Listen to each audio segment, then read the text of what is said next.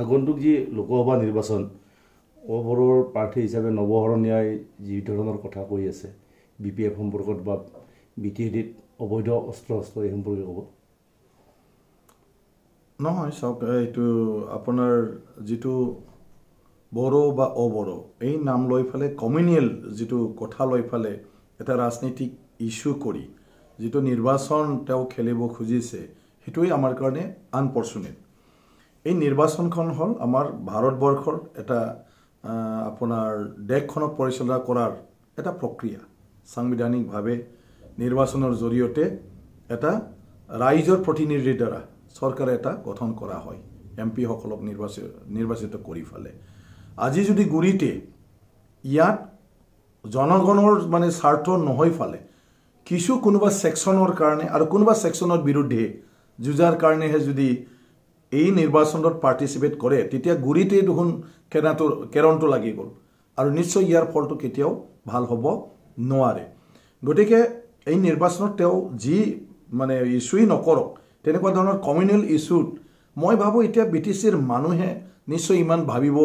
নোৱাৰা নহয় সবে ভাবিব পাৰে যে বড়ো অনাবড়ো পলিটিক্স কৰি সমাজখনৰ একো উন্নতি সাধন কৰিব নোৱাৰে বৰঞ্চ আমাৰ সমাজৰ মাজত কাজিয়া পেচালটো আমি বঢ়াই ল'ব পাৰো মানুহৰ লগত এটা সন্দেহ বেয়া পাপ এইবিলাক আমি মানে লৈ ফেলে আমি জীৱন যাপন কৰিব লাগিব কাকবা হিংসা কৰি কাকবা বেয়া পায় গতিকে আমাৰ জীৱনত এটো কিমান মানে ভাল আৰু ভৱিষ্যত প্ৰজন্মৰ কাৰণে কিমান ভাল নিশ্চয় এই কথা ৰাইজে বিচাৰ বিবেচনা কৰিব আৰু তেওঁ সহযোগ নকৰিব আৰু তেওঁ যেনেকৈ আজি অনাবৰৰ কথা কৈছে ঠিক আছে তেওঁ নিজকে বড়ো মানুহ বুলি কৈছে কিন্তু তেওঁৰ সাৰ্টিফিকেটটো হ'ল বড়ো আৰু বড়ো সূত্ৰে তেওঁ কোকৰাঝাৰ ট্ৰাইবেল ৰিজাৰ্ভ সিটত আজি মানে MP ইয়াত মানে তেওঁ মানে কি কয় নমিনেশন দিয়াৰ সুযোগটো পাইছে আৰু এবাৰ MPও হৈ গ'ল আজি তেওঁ অনাবৰৰ কথা কৈছে কিন্তু এই অনাবৰৰ ভিতৰত হি কোনটো জাতিৰ মানুহ হয় নিজে তেওঁ অনা অসমীয়া হয় নৱকুমাৰ শৰ্ণিয়া তেওঁ অনা বেঙ্গলী হয় তেওঁ অনা ৰাজবংশী হয় তেওঁ অনা আদিবাসী হয় নৱকুমাৰ শৰ্ণিয়া অনা মুছলিম মানুহ হয় গতিকে তেওঁ অনা মুছলিম হয় অনা বেঙ্গলী হয় ফলে অনা ৰাজবংশী অনা অসমীয়া হয় অনা নেপালী হয় বা গোৰ্খা হয় ফলে তেওঁ কেনেকৈ নিজকে অবৰৰ নামপত গৈ ফলে এই জাতি জনগোষ্ঠীৰ তেওঁলোকৰ জাতিগত যিবিলাক সমস্যা এই সমস্যাবিলাক কেনেকৈ তেওঁ উপস্থাপন কৰিব খুজিছে বা তেওঁলোকক সহায় কৰিব খুজিছে এয়া বহুত সন্দেহজনক গতিকে তেওঁৰ এটাই স্বাৰ্থ যিকোনো প্ৰকাৰে ঠগাই মেলি MP হ'ব লাগে 5 বছৰ ধুনীয়াকৈ থাকিব লাগে কাৰণ তেওঁৰ নিজৰ সদায় এটা টেনচনত ভুগি থকা মানুহ হয় কাৰণ তেওঁৰ এগেইনষ্টত 302 মাৰ্ডাৰ কেছ আছে তেওঁ অলৰেডি জেলত আছিল জামিনত আছে তেওঁৰ এগেইনষ্টত এক্সটৰ্শনৰ কেছ আছে তেওঁৰ এগেইনষ্টত ধমকিৰ কেছ আছে গতিকে তেওঁ আজি যিবিলাক অস্ত্ৰ-শস্ত্ৰৰ কথাও কৈছে এই অস্ত্ৰ-শস্ত্ৰ কাৰ হাতত আছিল আৰু অস্ত্ৰ কি হিচাপে ব্যৱহাৰ কৰিছিল তেওঁৰ কেছটোৱে অনুকিয়াই কিন্তু আনক কৈ ফেলে তেওঁ কেনেকৈ নিজক মানে পবিত্ৰ কৰি মানে দেখুৱাব খুজিছে ধোৱা তুলসীৰ পাতনা কি বুলি কয় কেনেকৈ কৰিব খুজিছে ইলিগেল আৰ্মছৰ কথা তেওঁ সদায় কৈ থাকে মই সদায় কৈছো অসমত ইলিগেল আৰ্মছ আছে BTCতো ইলিগেল আৰ্মছ আছে কাৰণ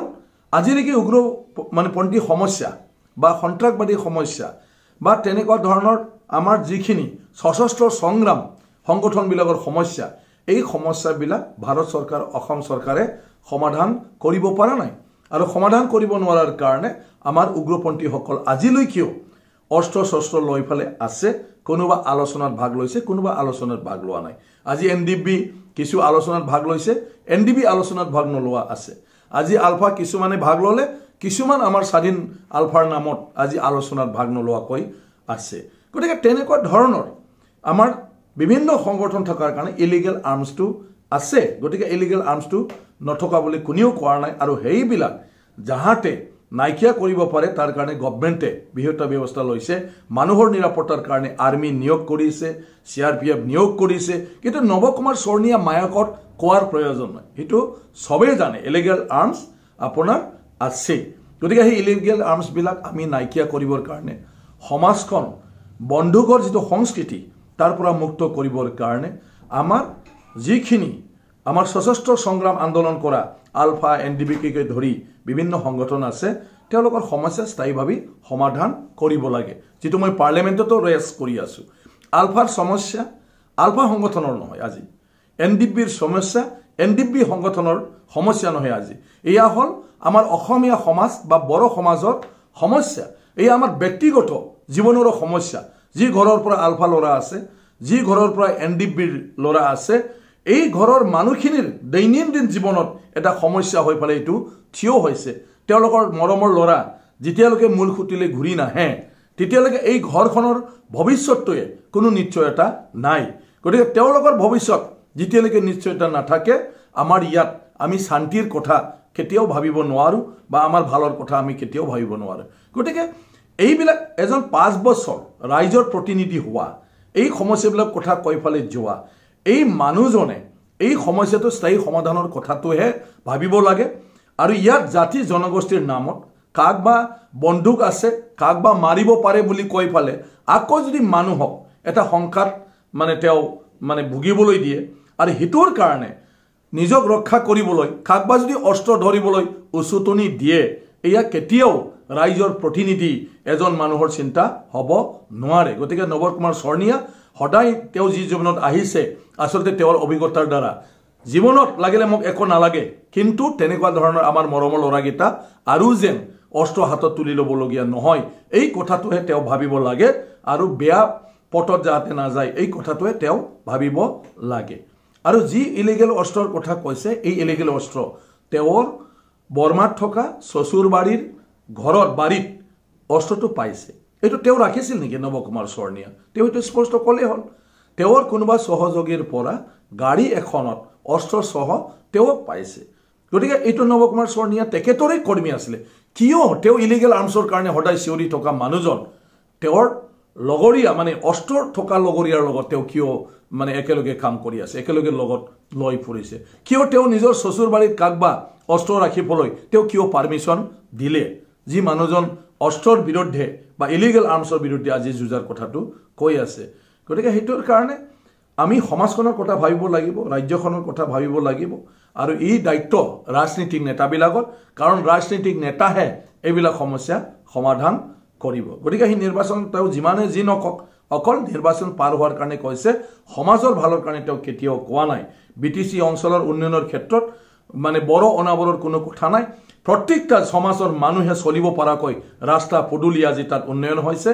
শিক্ষা দীক্ষা লোৱাৰ কাৰণে আজি তাত আপোনাৰ সিআইটি আছে ইউনিভাৰ্চিটিও আছে ইঞ্জিনিয়াৰিং কলেজ আছে তাত বড় অনাবৰৰ কোনো কথা নাই গতিকে যিমান যি সুযোগ সুবিধা সব জাতি জনগোষ্ঠীয়ে পাইছে তেওঁ কোৱা মাটি অধিকাৰ কোনো তেনেকুৱা ধৰণৰ বিটিসিত নাই যিকোনো অনাবড় মানুহে যিকোনো টাইমত মাটি কিনি তেওঁলোকে ট্ৰান্সফাৰৰ কাৰণে এপ্লাই কৰিব পাৰে ট্ৰান্সফাৰ পাব এই মিছা কথা তেওঁ কৈ ফালে মানুহক কিয় ভয় খুৱাই থাকিব লাগে গতিকে ইয়া আনফৰ্চুনেট এজন এমপি হৈ থকা এমপি এজনে এই কথাবিলাক কৈ সস্তিয়া এটা ৰাজনীতি কৰি অকল এমপি হোৱাৰ কথা যদি মানে ভাবে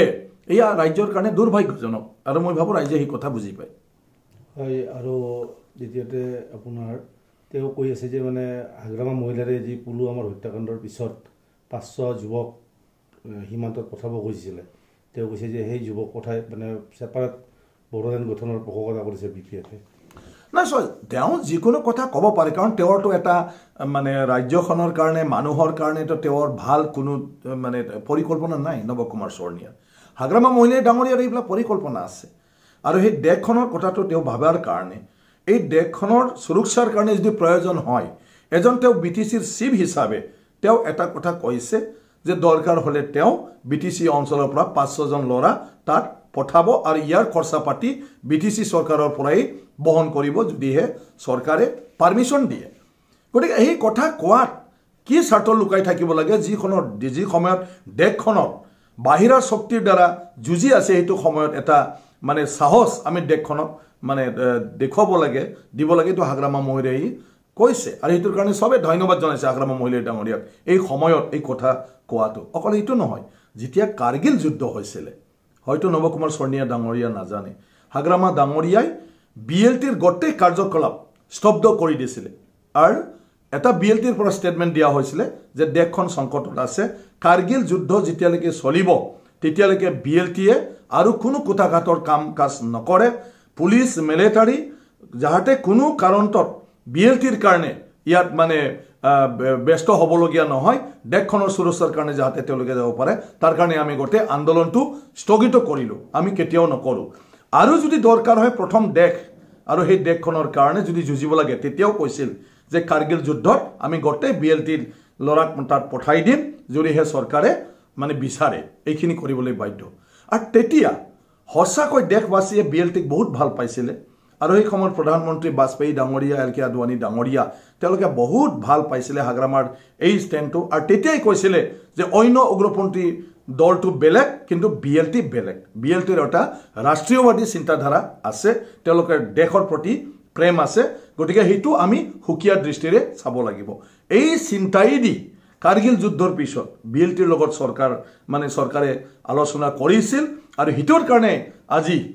মানে কি কয় কেন্দ্ৰীয় চৰকাৰৰ তৰফৰ পৰা বাকি সংগঠনবিলাকতকৈ বিএলটি সংগঠন আৰু বাকি মানুহতকৈ হাগ্ৰামা ডাঙৰীয়াক বহুত বিশ্বাসত লয় আৰু সেই হিচাপে আজি কাম কৰি আহি থাকিব পাৰিছে এই বিশ্বাসটো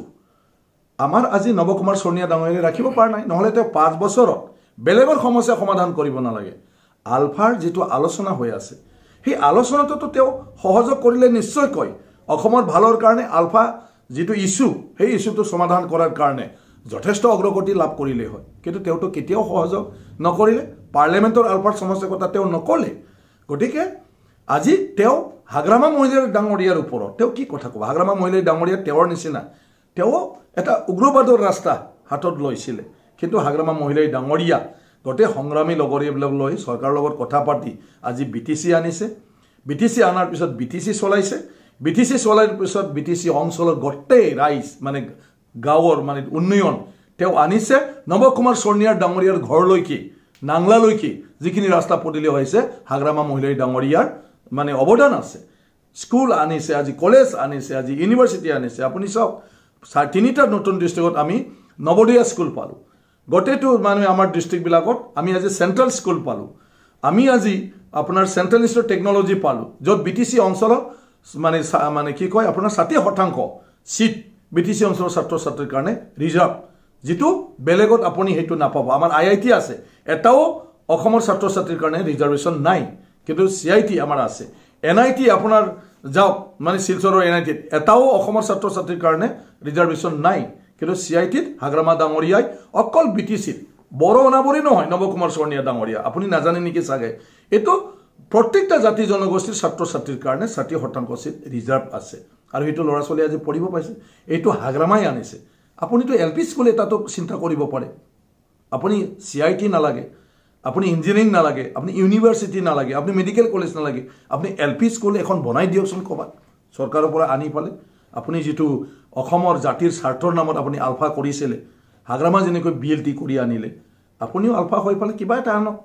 আনক সমালোচনা কৰাতকৈ গতিকে হাগ্ৰামা মহিলাৰ ডাঙৰীয়া তাত যেটো 500 জন লৰা পঠোৱাৰ কথা কৈছিল এই কথাটো দেশৰ স্বাৰ্থত আমাৰ জনগণৰ স্বাৰ্থত আৰু হেতু এটা আমাৰ প্যাৰা মিলিটাৰী ফৰ্চৰ বাদিও দেশখনৰ দায়িত্বশীল মানুহবিলাকক এটা উৎসাহ যোগোৱা এটা কাম হাগ্ৰামা ডাঙৰীয়াই কৰি পেলাইছে